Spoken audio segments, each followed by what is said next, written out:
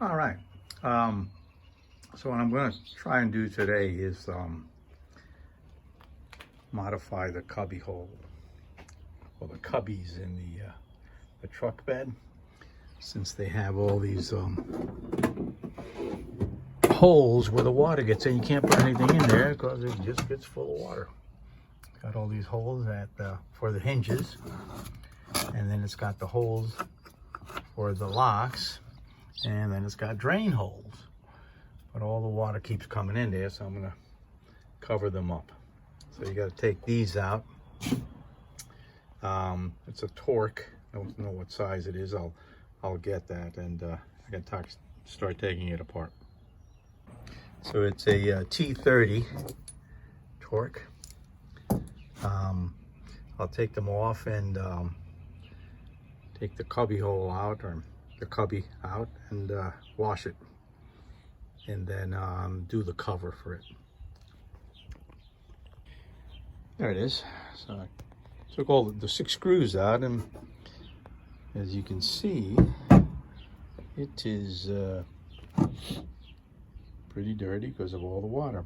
And this is what the holes are for the lock, and it sticks out just like about an 1/8 of an inch or 1/4 of an inch at the top for the locks, and then at the bottom for the hinges.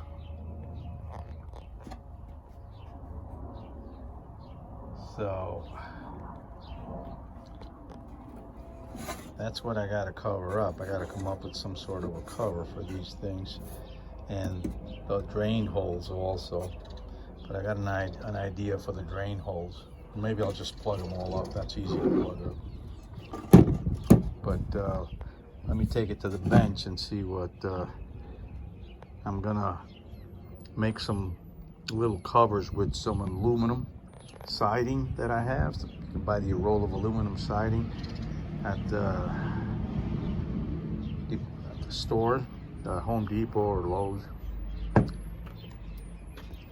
So let me take it to the bench and see. I got to measure. All right, so these are the measurements that I got for the box. It's a box without a bottom. So that's 2.5 by 1, and then all the other sides are the bends that I'm going to make on the aluminum, about 1/4 of an inch. The top one's the only one that's 1/8 of an inch, because it's not really centered there, if you notice. There's a little bit less space at the top. So you got to, but I'll cut it like 1/4 of an inch, and then I'll trim off the 1/8. And this is what I got. Actually, the bottom one looks pretty good here, over here. That might work out. So that's how I did it. This is the aluminum siding. This is like aluminum siding. You can buy a roll of this at Home Depot or Lowe's. This won't rust. So seems like a pain in the ass to do 4 of these, but I'm gonna try it and see what happens. You need some tools for it. Obviously, you need a cutter, for aluminum cutter, this one or the straight one.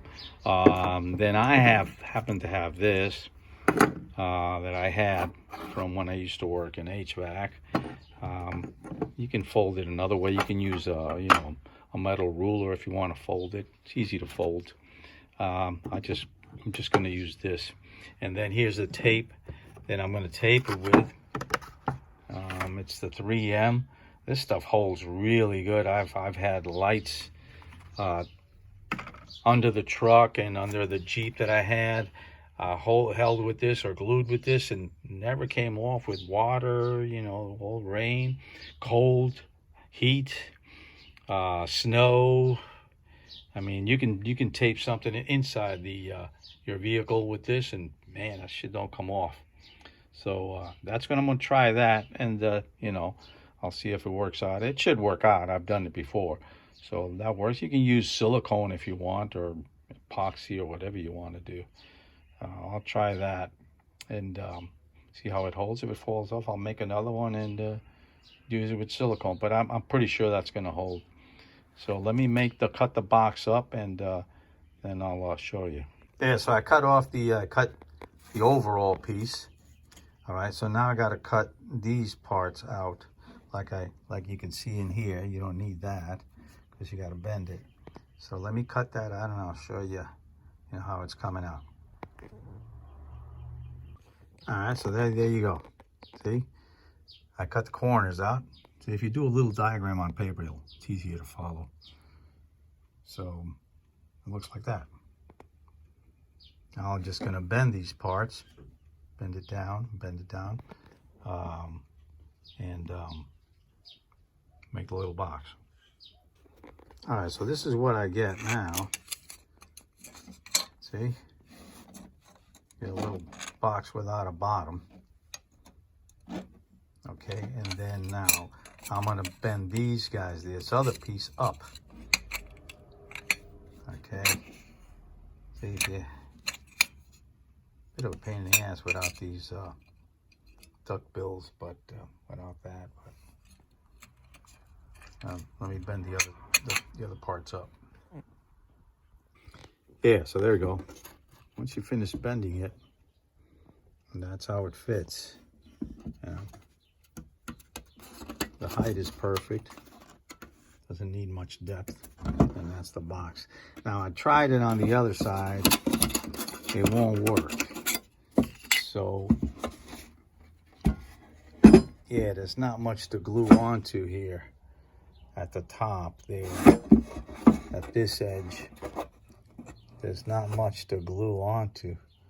So what I think I might do is just cover these up, get rid of these hinges, and put outside hinges on it.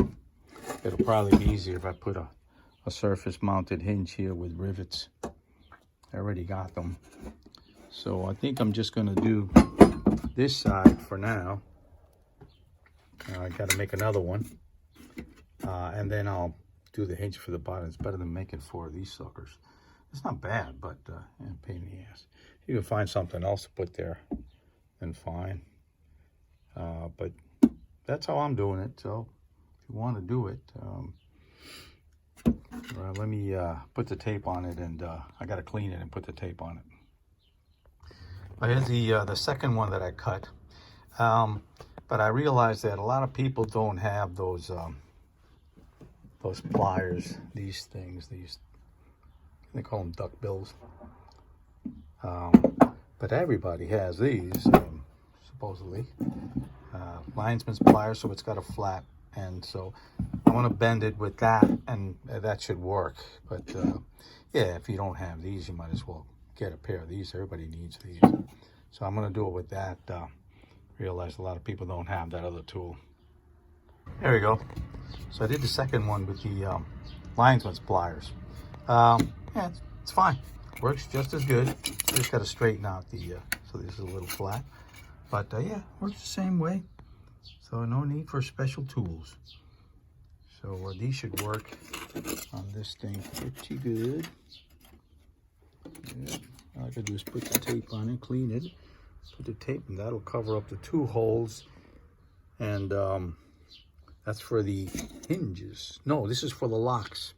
Yeah, that's for the locks. All right, so I'm gonna glue those on, clean that area and glue those on, and then I'll put the hinges on the other side. All right, so I put the double-sided tape on it. Okay, so it's stuck on. Yeah, that's this red one, 3M. I'm gonna peel it off and then glue it on, and I think I'm gonna put a little bit on top of it also, just to make it even more watertight. Let me stick it on there now. All right, there it is with all the tape. I did the corners because you can get a little bit of water through there. So that's it. It's glued on. If you do get water, after doing all this, man, it's like gonna be so minimal it'll dry up. All right, so it's not even gonna hold in there. And even if there's a little bit in there, it'll dry up. So, but you can always do silicone around it if you want.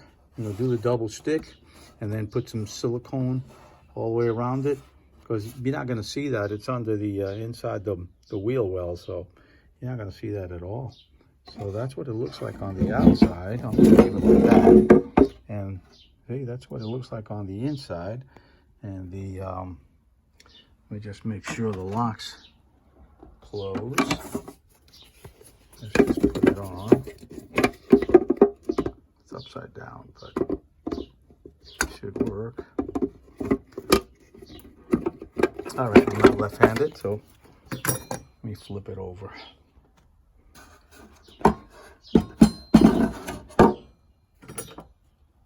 Okay.